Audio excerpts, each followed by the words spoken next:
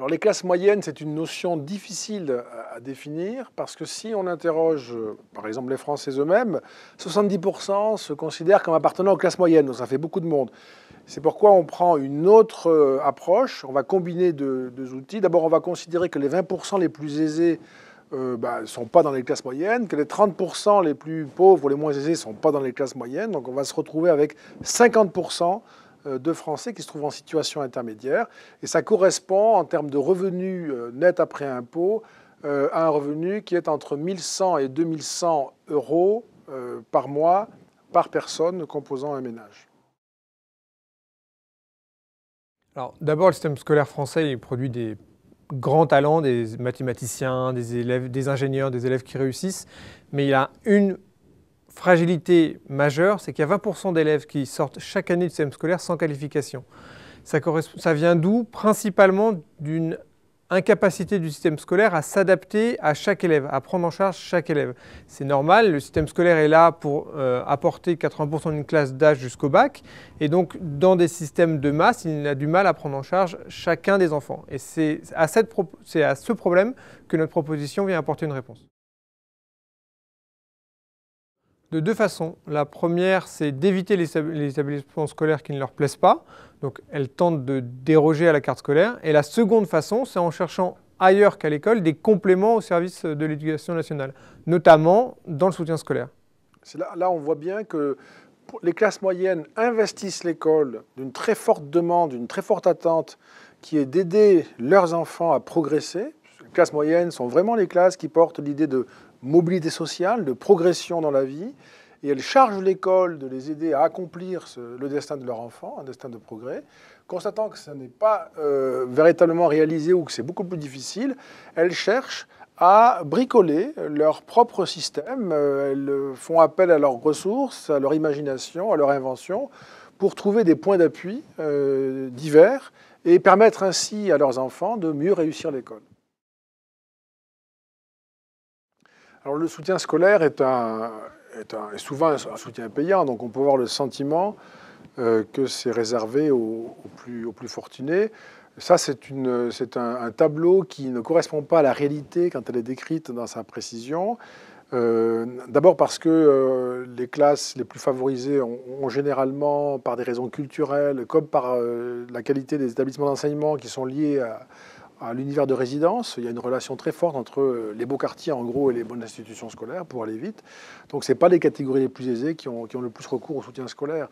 C'est plutôt les catégories intermédiaires qui ne sont pas les plus fortunées. Et on trouve même du recours au soutien scolaire dans les classes défavorisées. Ce qui limite le recours au soutien scolaire dans les classes défavorisées, c'est plutôt les moyens économiques, ce n'est pas l'intention.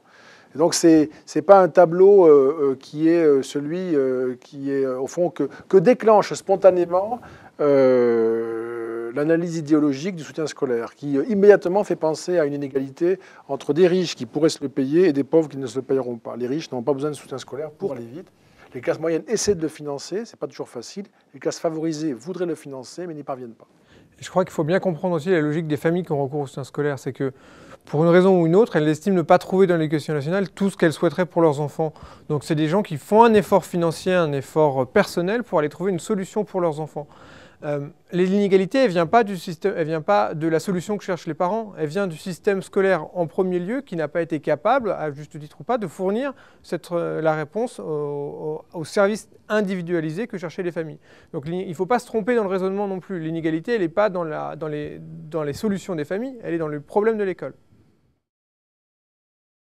Alors nous proposons de mettre en place une complémentaire éducation, exactement sur le même système que les complémentaires santé ou que les complémentaires retraite.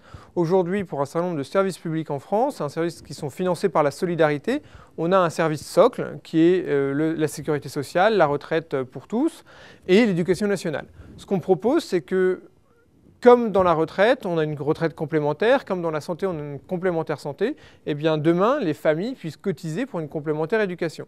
Ça veut dire que les familles qui sont redevables de l'impôt sur le revenu pourront bénéficier d'un système fiscal stabilisé qui leur permet de défiscaliser une partie de leurs dépenses d'éducation, en tout cas de soutien scolaire.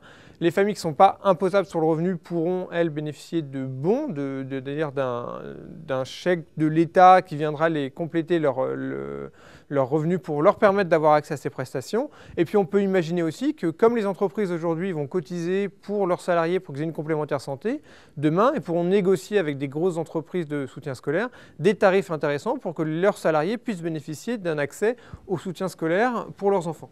Si on se réfère aux travaux du think tank Terra Nova, qui ont fait une évaluation du coût de l'échec scolaire en France, c'est 24 milliards d'euros chaque année que nous coûte l'échec scolaire. Et donc si l'idée d'une complémentaire éducation correspond bien sûr à un coût, puisqu'on parle de défiscalisation, voire de financement pour les plus modestes de cours de soutien scolaire, ce coût est très inférieur au coût de l'échec scolaire. Et la deuxième remarque qu'il faut faire pour ajouter un argument à cette idée est que on ne peut pas répondre à cette demande des classes moyennes et des classes défavorisées, parce qu'il n'y a pas que les classes moyennes en réalité, mais aussi les classes populaires. Cette demande d'une meilleure école pour leurs enfants, on ne peut pas y répondre en disant « patientez, attendez la grande réforme de l'éducation nationale ». Parce que cette grande réforme, bon, elle ne viendra pas vite, si elle vient un jour. On sait à quel point c'est compliqué, et les enfants, comme les familles, sont aujourd'hui dans l'attente d'une solution.